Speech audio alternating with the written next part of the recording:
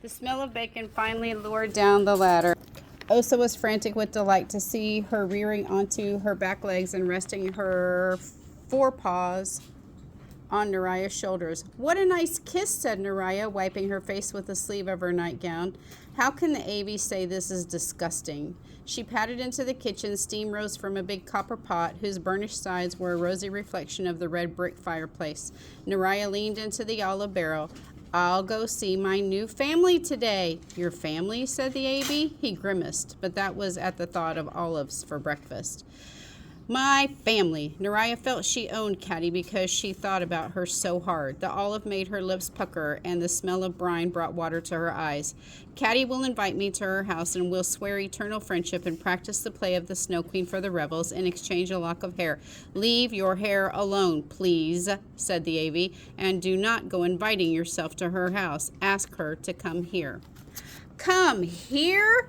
Naraya hadn't thought of this before. Invite Caddy to the cottage? What if Caddy wanted Padillo Palm and got to choose a song for the singing time? She was shaking her head as the AV added, "And maybe soon our little school will be full of children."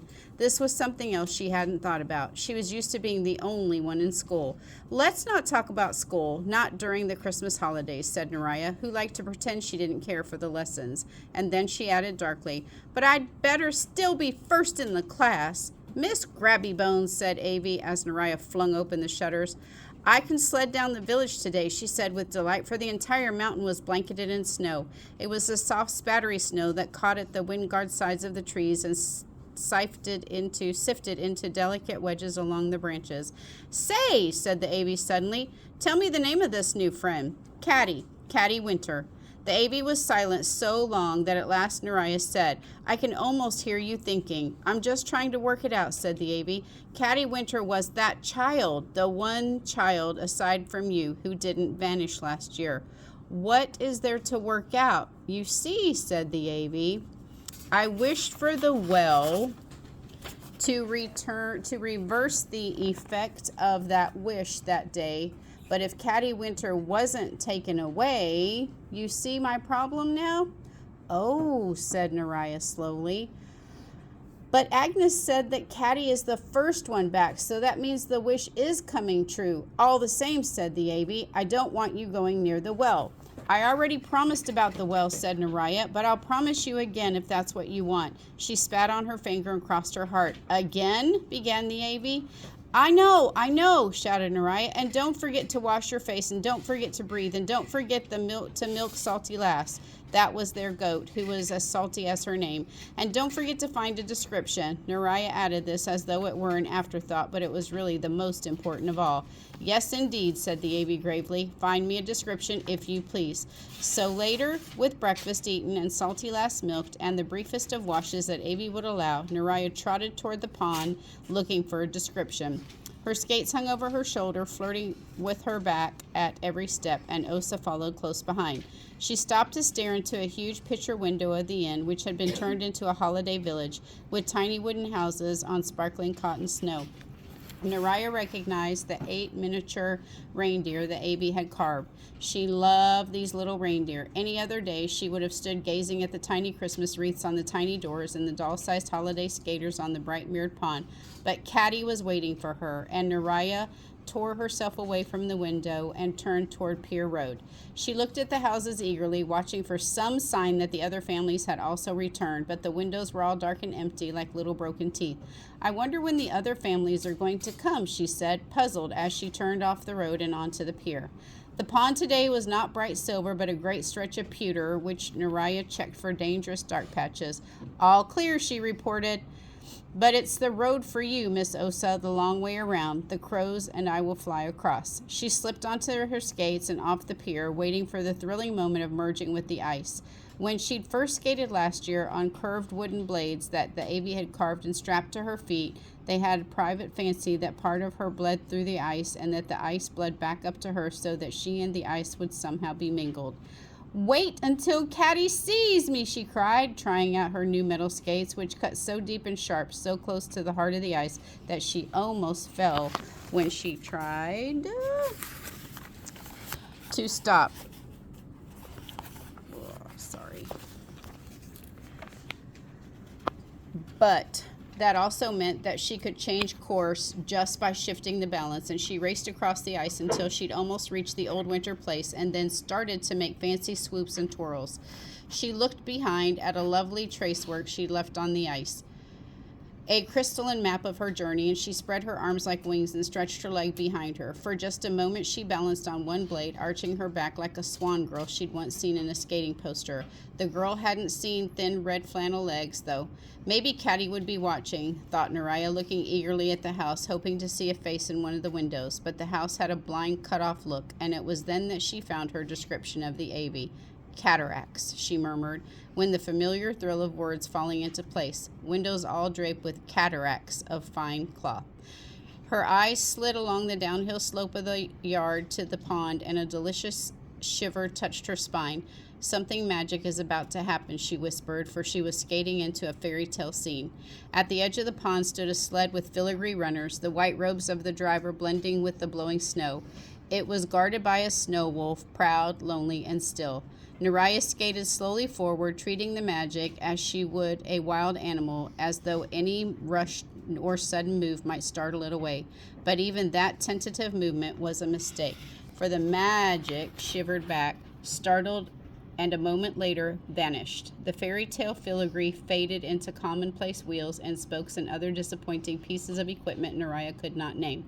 Naraya looked at her own nimble feet and her brand new skates, and then at Caddy's dark boots resting on the ledge, her heels pushed tightly against her back. "A wheelchair?" said Naraya. Caddy drew one hand from a white fur muff and beckoned. Naraya's heart leapt with a sort of horrified delight, and she wondered where Caddy could have heard her. If Caddy could have heard her. Naraya showed off a little when she reached the shore, jamming her blades sideways to stop with a crystal shower of ice. She looked up smiling from her own clever feet, past Caddy's black stockinged legs and the ermine banding of her coat, which, unlike Naraya's outgrown skirt, respectfully covered her knees. But then Naraya's face faltered because she found herself staring into flesh and blood copy of the smoke face that last night had trailed up to her mountain. But the smoke face had been insubstantial and mysterious, and anything less mysterious than the real Caddy Winter could not be imagined. She had an ordinary plump face and a scattering of fat freckles high on her cheeks, and her wide, cheerful mouth was smiling. "Who's your friend?" Naraya waved at the statue of an angel that stood beside Caddy. It was the angel's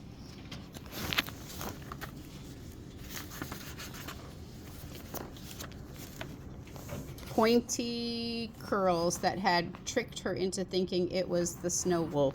Caddy laughed. "You can really skate, can't you?" She spoke as though they were also saying, "What fun for you," and her hands danced about like a tangible echo of her cheerful voice.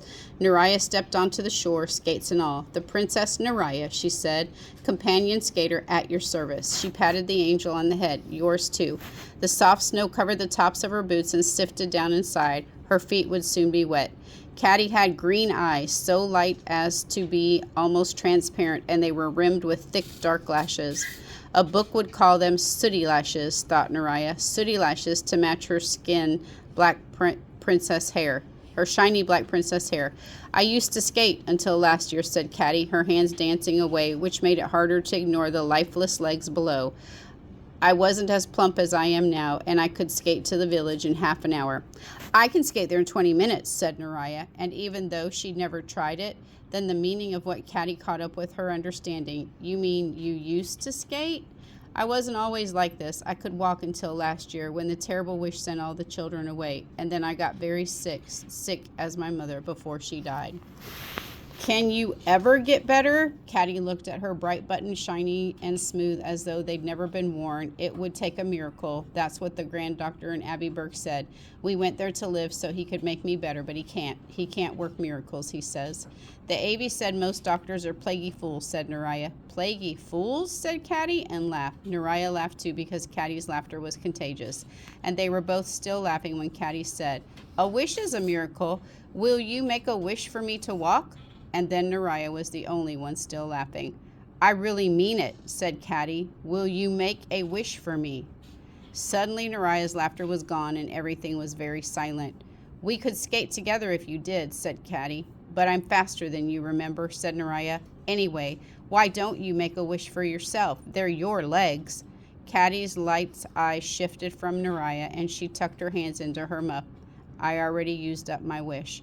Used it up? Cried Naraya. What did you wish for? It seemed a long time before Caddy answered, and I wished my papa would get married again. It didn't work, of course, said Naraya complacently.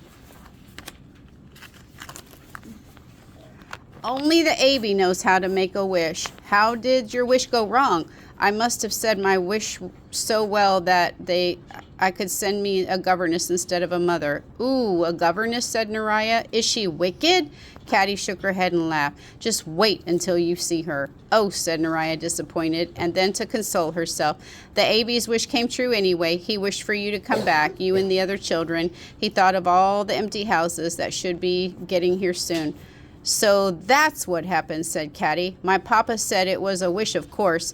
He's scared to death of wishes, but he's never been in one before. He's even more scared now after those big smoke shapes rushed at us, and there was that pulling away feeling, and we landed in the parlor with a rather hard thump, but it was worth it. Even he thinks so. The first thing he did was blow a kiss to the portrait of my mother. She was the most beautiful child in the village when he was growing up. Caddy smiled as though remembering something pleasant, but Stuffy was screaming the whole time. Caddy made a very funny face with a wide-open screaming mouth. Stuffy, said Naraya.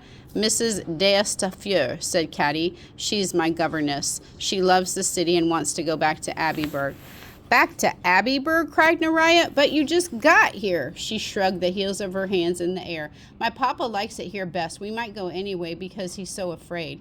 My mother was in a wheelchair before she died, just like me, and Stuffy's convincing him that it's better in Abbeyburg with all the doctors and concerts and things that happen there.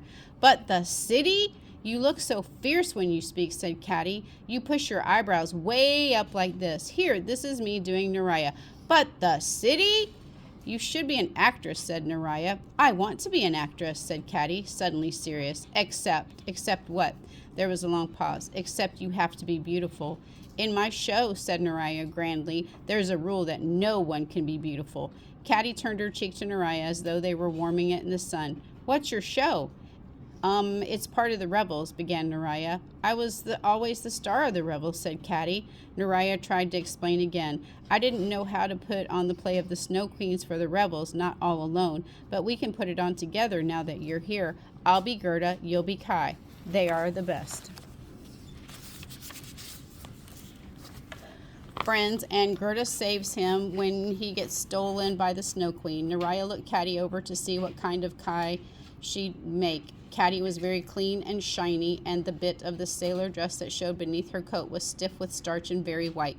The red ribbons in her hair matched the bow at her collar, and one of Caddy's plump tapering fingers was a little gold ring with a pink enamel rose. Naraya stared rather hard at this ring. Miss Grabbybones, she finally told herself, and then asked aloud, You don't sing, do you? She was thinking of the Christmas Eve caroling and how they'd sung children's solo last year. I stopped singing when Miss D'Estafieux told me I don't quite stay on tune, said Caddy. She leaned forward and the strange translucent eye was bright. But I'm the actress, so I should be Gerda. I'm Gerda, said Naraya. Caddy went on as though Naraya hadn't spoken. We could use my dress-up clothes for the play. But the Abby has a length of silk all set aside to make me a Gerda costume, said Naraya cautiously, because what if using Caddy's dress-up meant that the Caddy got to be Gerda? But then she couldn't help asking, what kind of dress-up clothes? A beaded handbag, said Caddy. Silver shoes. Now hear this, said Naraya. The Princess Naraya's brilliant new idea. We'll use your dress-ups and have a secret club to put on lots of plays. Oh, a secret club, said Caddy. We could have a secret handshake, too. Let's twine our fingers together like this and tap our thumbs, so Naraya demonstrated with her own two hands. And a secret greeting, too, said Caddy. Something silly like wishing well. I know, let's say, well, well, wishing well. Caddy held out her fingers the way Naraya showed her. The way Caddy said it didn't sound silly at all, but there was nothing for Naraya to do but to take Caddy's hand in the secret handshake position. Well, well, wishing well, they chanted, tapping their thumbs. This reminded Naraya that Caddy wanted her to make a wish on the well, and in a heartbeat's moment of sudden fright, Naraya wanted to be safely back in the village square, gazing into the window of the inn in the cunning little wooden town, nestled in the folds and hills of the sparkling cotton snow and the 8 prancing little reindeer.